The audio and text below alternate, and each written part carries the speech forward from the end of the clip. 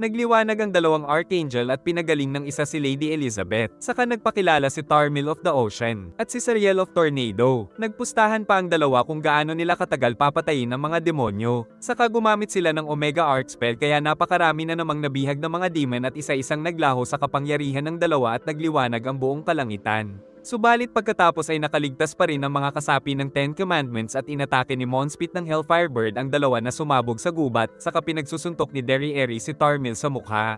Gumamit si Sariel ng tornado upang matanggal ang apoy, at sa kabila ng combo star technique ni Derry ay agad na gumagaling ang mga pinsala ni Tarmil. Kaya hiniwa siya ni Galand sa gitna. Subalit ikinagulat nila nang mabuo itong muli. Nakipaglaro si Sariel sa mga demon at napinsala nito si Monspeet. Nang muling sumugod ay winasak siya ni Fraudrin pero kamay nito ang nawasak at tila hindi nasaktan ng Archangel. Nais magtungo ni Ludoshel sa mga commandments kaya pinabantayan niya ang gate bago ito umalis. Pero nagbalik si Ludoshel subalit si Gother na pala ang kausap niya. Kaya habang nasa labas ang tunay na Ludoshel ay dinala ni Nero si Gother sa gate patungo sa Celestial Realm at nandoon na rin si Melaskela. Inatake ni Fraudrin si Sariel ngunit nasa balikat niya na ito at nahiwa ang maraming parte ng katawan kaya bumagsak. Umatake na rin si Tarmil ng direkta kay Galand at hindi kinaya ng demon ang kanyang kapangyarihan. Subalit tinapos ni Monspeet ang mga ulo ni Tarmil ngunit hiniwa siya sa gitna ni Sariel. Sumuntok din si Derry ngunit may barrier si Sariel pero pinilit ito ng demon hanggang sa matamaan at tumalsik. Saka nakita si Galand na binalibag sa kanya ang atake na nagmula kay Tarmil ngunit nabutas siya ng mga atake ni Ludoshel. Pinagtulungan nila Monspeet at Derry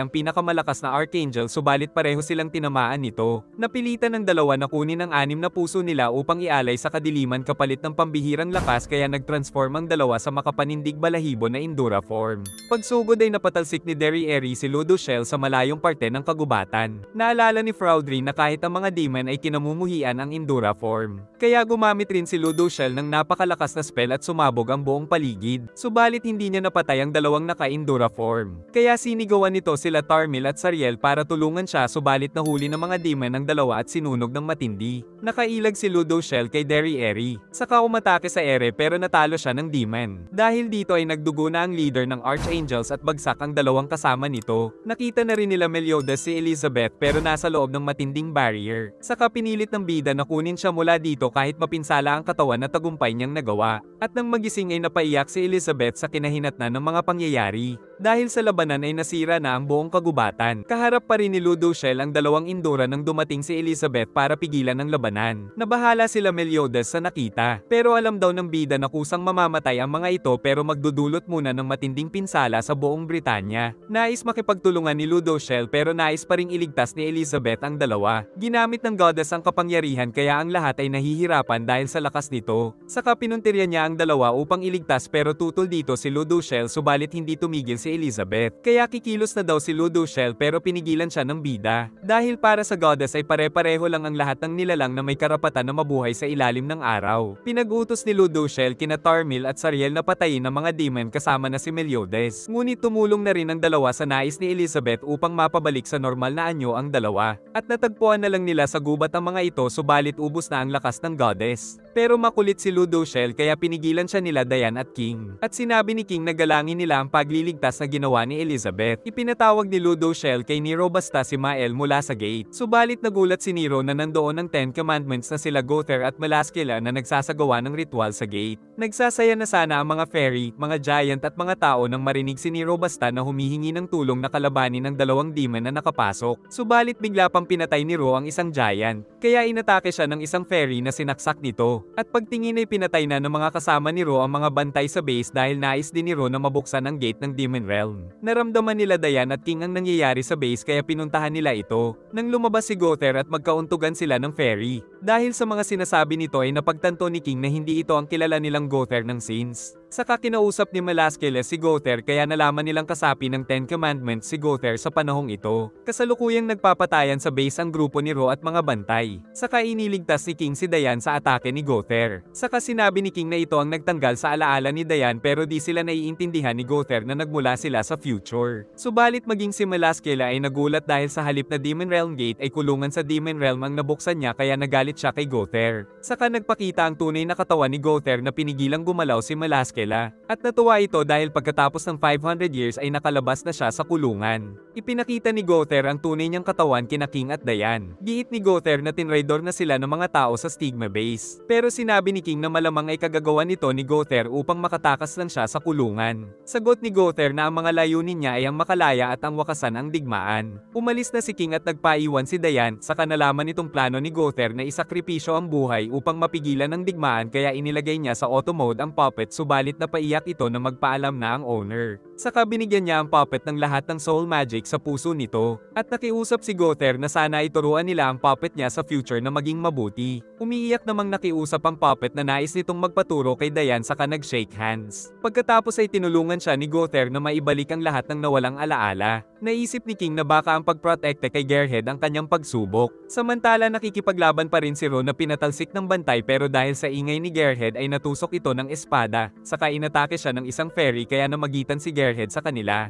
Ngunit ang dalawang fairy ang napinsala ng isang kasamahan ni Ro. At sa harap niya ay pinutol ang mga paa ng kawawang fairy. Subalit pinili palang iligtas ni Ro si Gearhead. At napag-alaman na kamukha ni Gearhead ang kanyang kapatid subalit pinagpapatay daw sila ng mga fairy at ang naabutan na lang nila ay binagsakan ito ng malaking bato. At ang naisip niyang dahilan kung bakit sila pinagpapatay ay dahil nag-alaga sila ng isang demon. Dahil dito ay nagpasya silang maghiganti sa Stigma. Pagdating ni King ay nakita niyang dala nito si Gearhead. Kaya agad itong inatake ni King pero ngumiti pa si Ron na katulad ni Ban kaya hindi niya ito pinatay subalit ang tunay na Gloxinia ang pumatay dito hanggang sa magising siya. At sinabi ni Gloxinia na naghiganti daw siya sa Stigma at sa mga tao hanggang sa maging kasapi siya ng 10 Commandments. Nagtaka si Gloxinia kung paano nito napigilan ang sarili. Sagot ni King na lahat kasi ng nakalaban niya ay napilitan lang maging masama dahil sa mapait na karanasan at katulad ito ni Ban na espesyal sa kanyang kapatid na si Elaine. Dagdag pa nitong totoo ang kanyang trial dahil pag namatay sila doon ay mamamatay din sila sa present. At kung hindi daw siya nakapasa sa pagsubok ay hindi na siya makakabalik kaya napatingin si King kay Diane. Biglang nasaktan si King at sa lugar kung nasan si Diane ay dumating na ang executioner ni Gother na si Zeldris na agad na nakarating sa kinaroroonan nila. Nawasak ang lupa dahil pumalag si Gother kay Zeldris, saka nagpaiwan si Diane upang kalabanin ito dahil kailangan pang pigilan ni Gother ang Holy War. Nagsimulang sumayaw si Diane upang makuha ang lakas mula sa lupa. Saka inatake ng giant ang buong paligid at winasak naman ni Zeldris ang mga bato para hindi siya mapinsala. Pumatake na naman si Diane subalit lahat ng mga bato ay naiwasan ni Zeldris. Saka ito sumugod at nasikmuraan nito ang Giant King. Kaya sinubukan niyang gumamit ng magic pero ayaw gumana dahil kinuha daw ito ni Zeldris. Nagtataka din si Diane sa lakas nito, sagot ng demon na ginagamit niya kasi mismo ang kapangyarihan ng Demon King. Saka sinabing kung hindi sasali sa 10 Commandments si Droll ay papatayin niya ito. Nag-aalala na si King kay Diane dahil nalaman niya kay Droll na naipit ito sa mahirap na sitwasyon. Giit ni Zeldris na alam niyang kakaiba din si Droll sa ibang mga giant kaya nararapat lang siya sa 10 Commandments, saka tinanong kung nais na niyang mamatay o sumali sa grupo. Subalit nagising na si Diane dahil nakapasa sa pagsubok kaya tuwang-tuwa si King at nagtataka si Droll kung ano ang pinili niya. Giit ni Diane na tumakbo siya kay Zeldris. Saka kinuha nito ang fairy at hinalikan. Nang magising si King ay inakala niyang panaginip ang nangyari pero sinabi ni Diane na nag-kiss talaga sila. Dahil naaalala na ng giant ang kanilang pangako 200 years ago. At tinanong ni Diane kung mahal pa rin ba siya ni Harley Quinn kaya nag-kiss na naman ang dalawa. Tumubo na ang pakpak ni King pero nalungkot siya nang maalala ang pakpak ni Gloxinia na napakalaki. Samantala humingi ng tawad si Gloxinia sa kapatid sa pagpatay niya kay Ron na pinatawad naman ni Gearhead. Ngunit nagagalit si Oslo kay Gloxinia pero napakaamo kay Gearhead. Kaya naalala ni Gloxinia si Ron na nangakong poprotektahan si Gearhead sa kanyang reincarnation. Saka sinabi ng dating Fairy King na siya muna ang bahala sa Fairy King's Forest kaya makakaalis na sila Diane para tulungan ang mga kaibigan. Samantala naaalala ni Merlin ang premonition ng hari na sa ganitong panahon ay muling mabubuo ang 7 deadly sins. At nangyari nga ito dahil biglang dumating sila Diane at King. Ngunit hindi napansing na upuan niya ang captain. Kalaunan ay humingi ng tawad si King dahil natuklasan niya sa nakaraan nakakampi talaga si Meliodas pero tinukso lang ni Laban ang kanyang pakpak. Saka pinagmalaki pa ni King na sila na ngayon ni Diane. Sinabi ni Diane na nakausap niya ang ama ni Gother, saka nangako ang giant na tutulungan itong mahanap ang kanyang nawawalang kaluluwa. Pinakita ng hari ang isang sisidlan kaya naalala ni Gother ang kanyang nakaraan ngunit bigla itong tumalon at tila may pupuntahan. Giit ni Voltren na nasa sisidlang ito ang soul magic ni Gother. Saka nagkasundo sila na hanapin ito upang matulungan. Biglang may naalala si Gother sa pinuntahang lugar. 45 years ago ay nagising sa isang kuweba si Gother at natakot siya nang makita ang isang babae doon. Saka nagpakilala ang babae na si Nadia na isang prinsesa ng Leones. oras. Ngunit pinindot nito ang hinaharap ng dalaga upang malaman kung isa itong babae. At kalaunan ay nangako si Nadja na magbabalik ito. Sinundo ni Bolter ang kapatid at sinabi ni Nadja ang kanyang nakita sa kuweba. Ngunit nag-alala lang si Bolter sa kapatid dahil may sakit ito sa puso. Kinalkula ni Gother ang lumipas na mga taon ayon sa paligid at na lamang 3,000 years siyang nakatulog. Saka nakita niya ang bangkay ng gumawa sa kanya kaya napaiyak ang puppet. Dumating si Nadja at napansing umiiyak si Gother. Pero hindi alam ng puppet kung ba't daw may tumutulo na tubig sa mga mata niya. Saka binigay ng prinsesa ang isang libro ng adventure. At sa ilang segundo lang ay natapos na ito ni Gother at ginaya niya pa ang haba ng buhok ng bida sa libro. Kaya nalaman ng prinsesa na siya ay isang puppet na nilikha ng isang wizard kaya pinakita ang kanyang puso subalit biglang nawala ng malay ang dalaga. Kalaunan ay nagising si Nadja kasama ang kapatid. Saka nandoon pala si Gother na pinagsuot ng maid uniform para hindi mapansin ng mga tao. Tuwang-tuwa si Gother nang makita na ayos na si Nadja. At simula noon ay magkasama na palagi ang dalawa saan man sila magpunta. At isang gabi ay isinadula nila ang katulad ng nabasa sa libro sakay ng isang kabayo. Nalaman ni Gother na nakita na pala ni Bolter sa premonition na magkakakilala sila ni Nadja. At dahil masaya ang kapatid sa piling ni Gother ay nakiusap si Bolter na alagaan niya ito. Pagsapit ng hapon ay pinilit tumayo ni Nadja upang sabihin ang kanyang nararamdaman. Subalit natatakot si Gother na mawala si Nadja dahil nararamdaman niyang pahina ng pahina ang tibok ng puso nito. Kaya natatakot si Gother na baka iwan din siya nito katulad ng kanyang owner. At kalaunan ay nagkiss ang dalawa at magkasamang hinintay ang pagsapit ng gabi. Subalit sa oras din na ito ay tuluyan ng bumigay ang puso ni Nadja kaya labis na nalungkot si Gother at narinig ng mga bantay. Naisip ng puppet na ibigay ang kanyang puso at baka sakaling mailigtas niya ito. Kaya pagpasok ng mga bantay ay nakita nila na duguan si Nadja dahil sinubukang ipasok ni Gother ang puso niya sa prinsesa. Agad namang inaresto ang puppet at agad din siyang inakusahan ng murder na ikinagalit ni Denzel ngunit alam ni Bolter ang tunay na nangyari at naging masaya daw si Nadja sa huling sandali dahil kay Gother. Dahil sa masakit na nangyari ay mas pinili na lang ni Gother na talikuran ang pagkakaroon ng emosyon. Sa present ay pinigilan siya ni Diane na tanggalin ang sariling alaala. Kaya inatake niya ang giant ngunit napakalakas na nito. At dumating din si King na nakita niyang nasa 40k na ang power level. Pinigilan siya ni Diane na tanggalin ang alaala saka dumating na rin si Merlin. Nais na lang ni Gother na maglaho kaya sinabi ni Diane na hindi nila hahayaan na maging malungkot siya. Dahil dito ay naalala ni Gother ang lahat tungkol sa isang babaeng kanyang minahal. Giit ni Merlin na wala namang soul magic sa sisidlan dahil ang soul magic ni Gother ay nasa kanyang katawan at ang katunayan ay umiiyak ito pag nakakaramdam ng kalungkutan. At dahil dito ay na-unlock na rin ni Gother ang tunay niyang lakas. Saka nagpasalamat ito dahil kay Diane ay naalala niya ang nakaraan. Wala sa sarili ang mga tao at gumagala si Orlandi the Cyclops na tauhan ni Merlin para hanapin si Arthur. At sa Borhat Bar ay kinwento ni Diane ang nangyaring trial sa kanila ni King. Naiinis si King dahil ayaw uminom ni Gother. Subalit nais lang daw ng fairy na makipagkaibigan dito dahil sa mga masamang nangyari sa kanila. Saka humingi ng pasensya si King sa kanyang mga nasabi. Tinulungan ng dalawa si King pero nang matanggal ang salamin ni Escanor ay nagalit itong tinuturing siyang isang katulong kaya nilagay agad ni Gother ang salamin na binigay ni Merlin para makontrol ang sarili. Sa kasamaang palad ay nakita ni Zeldris si Orlandi kaya tumakas siya kagad at si Merlin ang napinsala sa lakas ng demon. Samantala naglalasing pa rin ang grupo ng Sins. At nag-aalala na si Escanor kay Merlin subalit dumating na ito kaya nagwalwal pa sila dahil muling nakumpleto ang grupo.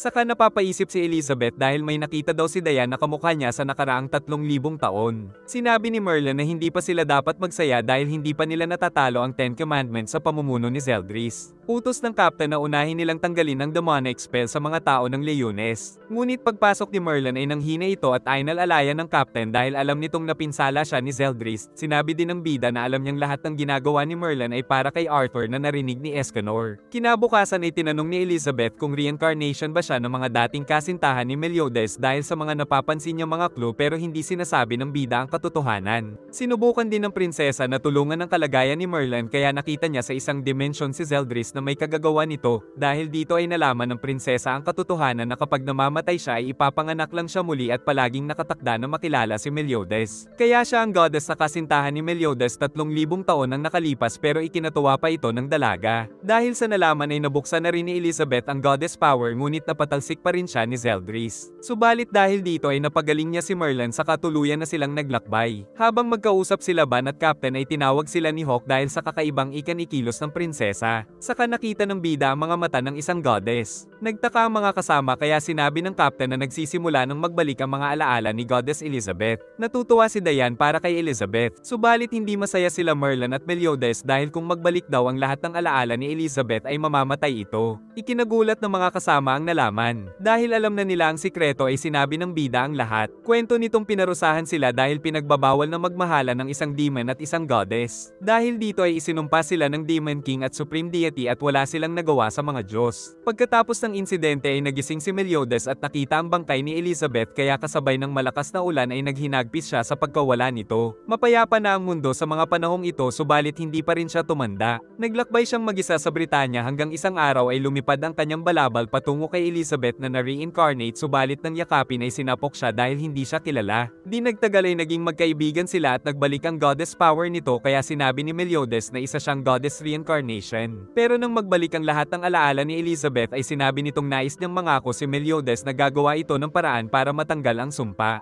At makalipas ang 3 araw ay namatay si Elizabeth. Dahil sa sumpa ay naging immortal si Meliodas at si Elizabeth naman ay patuloy na nare-reincarnate subalit namamatay pagkalipas ng 3 araw pag naalala ang katotohanan. Kaya maraming version ng Elizabeth ang kanyang nakilala at nagpaulit-ulit din ng sakit na kanyang nararamdaman sa tuwing mamamatay ito. Hanggang sa nakilala niya si Merlin at sinabing pwede nilang gamitin ang Coffin of Eternal Darkness para matanggal ang sumpa subalit makakatakas naman ng 10 Commandments demon kapag ginamit nila ito. Pero wala silang ideya na gamit ito ay sinusubukan ng buhayin ni Fraudrin ang 10 Commandments kaya naglabasan ng mga halimaw na walang awang pinagpapatay ang mga tao. Saka ginamit ni Fraudrin na alay ang mga tao upang mabuhay ang 10 Commandments kaya nagliwanag na ang susi. At habang hinahanap ni Meliodas si Liz ay nagtataka si Fraudrin kung ano ang mali sa kanyang incantation. Kalaunan ay nakita niya si Elizabeth at napagtanto na kailangan niya ng dugo ng goddess upang mabuksan ang gate. Lumaban naman si Liz subalit narinig na lang ng bida ang pagyanig at nakita niyang patay na ito. Dahil dito ay binugbog niya ang demon at tuluyang sumabog ang kapangyarihan kaya naman naglaho ang buong Danaeful Kingdom.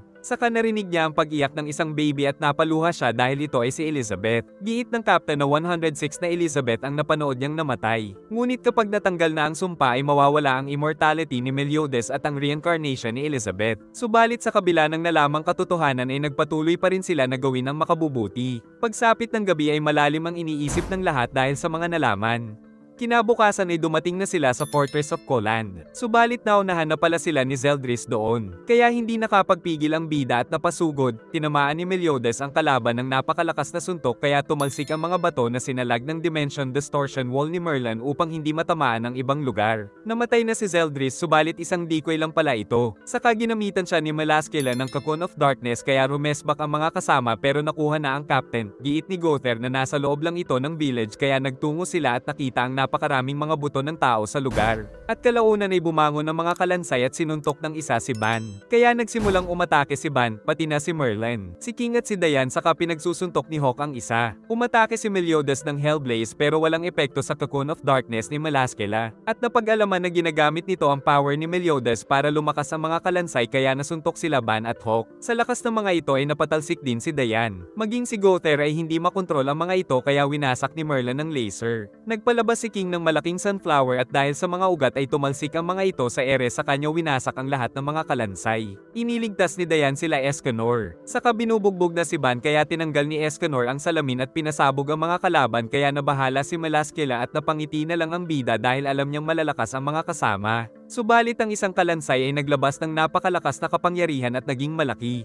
Pero nagsimulang gumuho ang malaking kalansay dahil na rin sa kontrol ni Meliodas sa kanyang kapangyarihan kaya napanganga si Melaskela sa winasak ni Hawk ang isa. Nagbabala si Merlin na tapangan nila ang pag-iisip dahil ang mga kaluluwa na pinatay ay naghahanap ng masasapian upang makapaghiganti subalit nasapian na ng mga ito si Diane at nagsimula silang atakihin ito. Mas lumakas pa si Diane kaya dapat nilang seryosohin ang labanan pero pinigilan sila ni King kaso siya ang sinipan nito kaya sinuntok ni Escanor ang giant. Subalit bumawi ito kaya nais ng bugbugin ni Escanor ngunit napigilan ito ni Gother gamit ang kanyang magic. Nakita niya ang kaluluwa ni Diane na nalulungkot kaya pala nasapian ang kanyang katawan ng mga evil spirit. Subalit pinagiwalay sila ng mga evil spirit saka tinamaan ang katawan ni Gother ng atake nito. Nais ng mga sumanib na saktan ng katawan ni Diane na pinigilan ni Ban. At bago pa nito matusok ang sarili ay sinabi ni Hellbram na siya ang hinahanap nilang pumatay sa kanila ng walang laban. Sa nakaraan ay pinagpapatay nga ni Hellbram ang mga tao sa lugar na ito. Upang mailigtas si Diane ay masayang inialay ni Hellbram ang sarili kaya winasak na nito ang helmet kung nasaan ang kanyang kaluluwa. Napansin ni Gother na umalis na ang ibang espiritu sa katawan ni Diane subalit naiwan ng mga galit na galit kaya nagwala ito saka ginamit ni Elizabeth ang kapangyarihan para matanggal ang mga evil spirit sa katawan ng giant. Kaya napaiyak na lang si Diane dahil sa ginawa ng kaibigan.